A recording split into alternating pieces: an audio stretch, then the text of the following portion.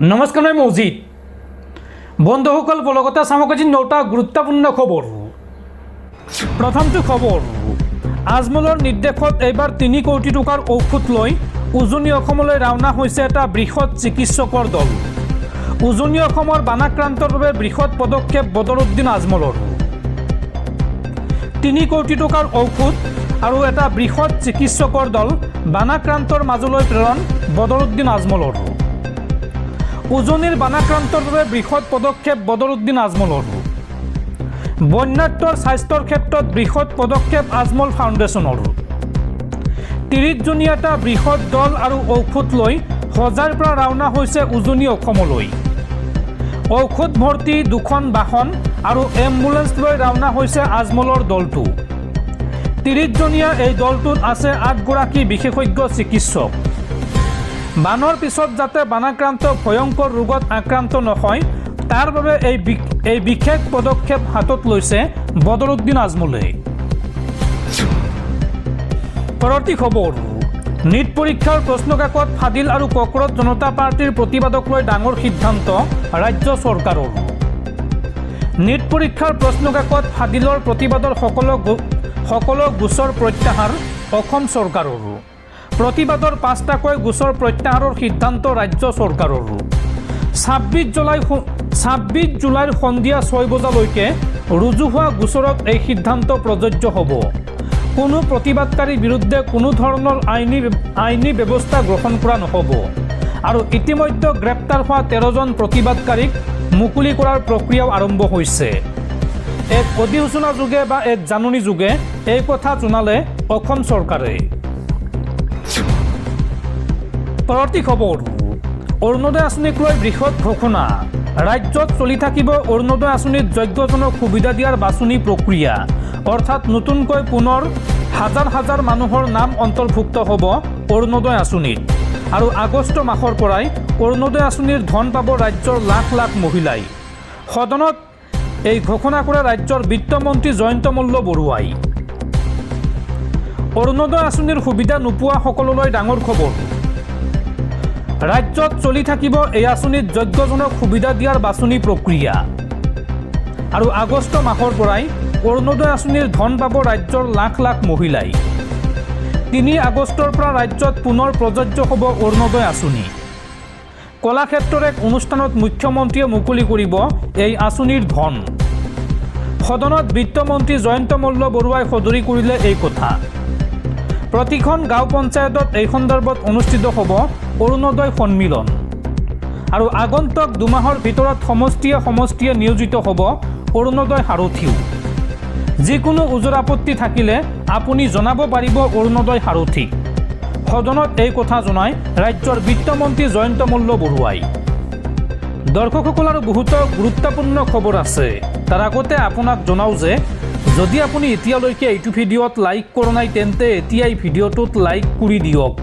আৰু এনেকুৱা ধৰণৰ ভিডিঅ'সমূহ নিতৌ চাবলৈ চেনেলটো ছাবস্ক্ৰাইব কৰি কাষত থকা বেল আইকনটো প্ৰেছ কৰি ৰাখক। পৰৱৰ্তী খবৰ, মোদী চৰকাৰক পুনৰ খোৰদাৰ সমালোচনা সাংসদ গৌৰৱ গগৈৰ।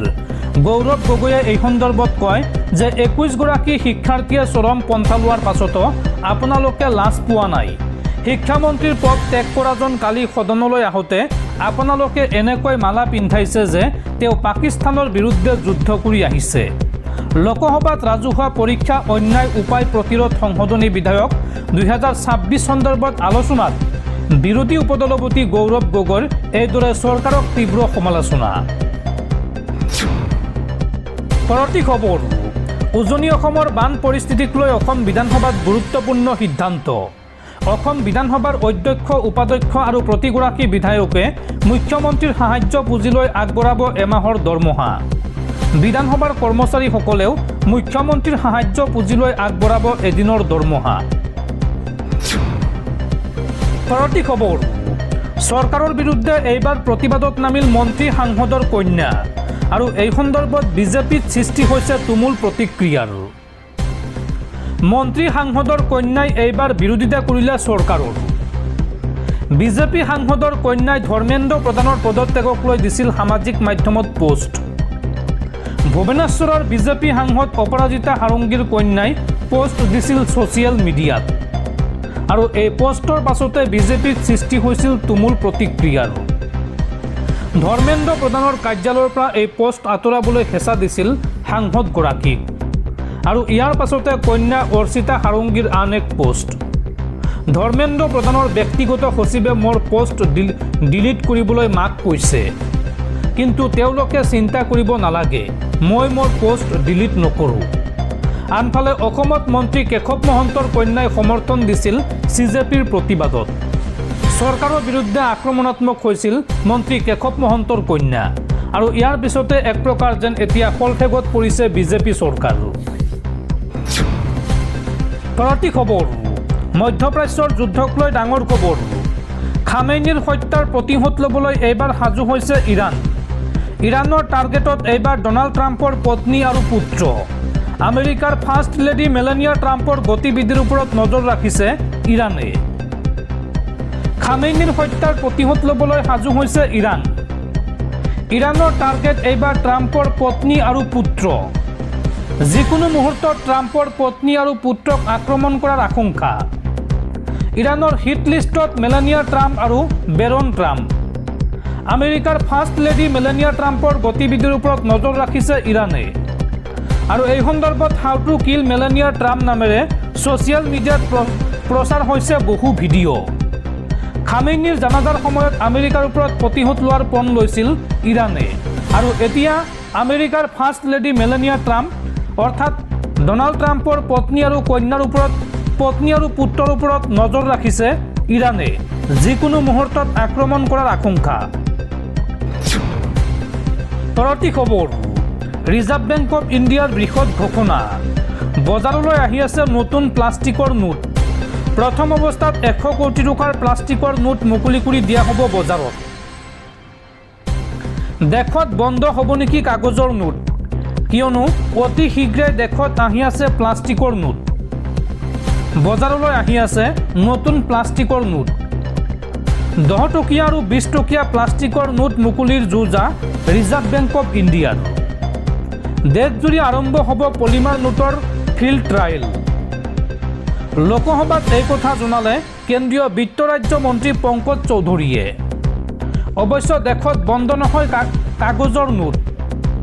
কাগজৰ 10 টকীয়া আৰু 20 টকীয়া নোট বন্ধ কৰাৰ প্ৰস্তাৱ চৰকাৰৰ বিবেচনাত নাই। পলিমাৰ নোটসমূহ কাগজৰ নোটৰ সৈতে সমান্তৰালভাৱে চলি থাকিব। পৰীক্ষামূলকভাৱে প্ৰথম অৱস্থাত 1 কোটি টকা প্লাষ্টিকৰ নোট মুকলি কৰি দিয়া হ'ব বজাৰত। আৰু পলিমাৰ নোট ব্যৱহাৰ কৰিলে এই ব্যয় যথেষ্ট হ্ৰাস পাব পাৰে, এই কথা প্ৰকাশ পাইছে চৰকাৰী তথ্যত।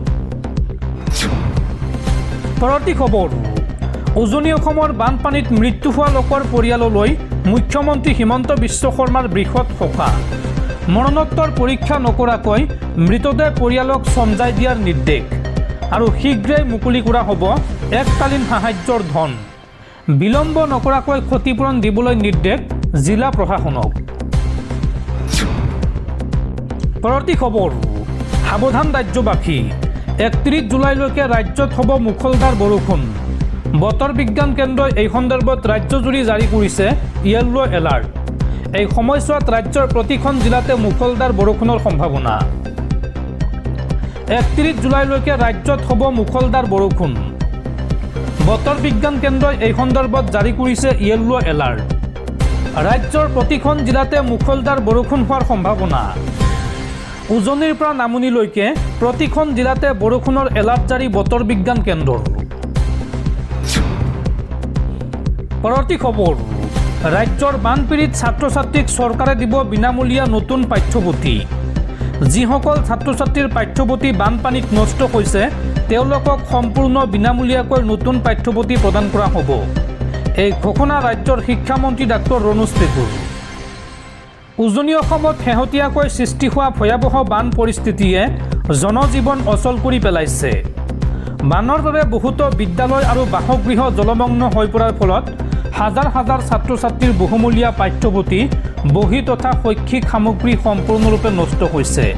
এনে জটিল সময়ত ছাত্ৰ ছাত্ৰীসকলৰ শৈক্ষিক ভৱিষ্যত সুৰক্ষিত কৰাৰ উদ্দেশ্যেৰে অসম চৰকাৰে এক গুৰুত্বপূৰ্ণ তথা জনকল্যাণকৰ পদক্ষেপ গ্ৰহণ কৰিছে। অসমৰ মুখ্যমন্ত্ৰী ডক্টৰ হিমন্ত বিশ্ব শৰ্মাৰ নিৰ্দেশ মৰ্মে শিক্ষা বিভাগে স্পষ্ট কৰি দিছে যে কোনো কাৰণতে এই বানৰ বাবে শিক্ষাৰ্থীসকলৰ চলিত শিক্ষাবৰ্ষ ব্যাহত হ'বলৈ দিয়া নহ'ব। যিসকল ছাত্ৰ ছাত্ৰীৰ পাঠ্যপুথি বানত নষ্ট হৈছে তেওঁলোকক সম্পূৰ্ণ বিনামূলীয়াকৈ নতুন পাঠ্যপুথি প্ৰদান কৰা হ'ব।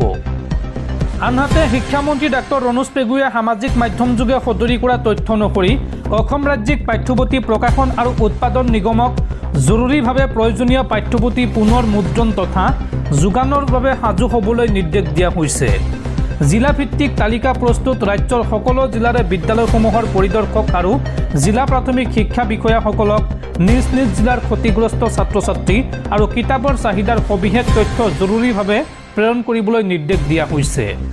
বানত আটাইতকৈ বেছি প্ৰভাৱিত হোৱা চৰাইদেউ আৰু শিৱসাগৰ জিলাৰ সমগ্ৰ অঞ্চলৰ শিক্ষাৰ্থীসকলৰ বাবে পূৰ্ণ পৰ্যায়ত পাঠ্যপুথি পুনৰ যোগান ধৰাৰ সিদ্ধান্ত লোৱা হৈছে। বানপানী হ্ৰাস পোৱাৰ পাছত বিদ্যালয়সমূহ খোলাৰ লগে লগে এই নতুন পাঠ্যপুথিসমূহ শিক্ষাৰ্থীসকলৰ হাতত তুলি দিয়া হ'ব, যাতে তেওঁলোকৰ অধ্যয়ন সুচাৰুৰূপে অব্যাহত থাকে।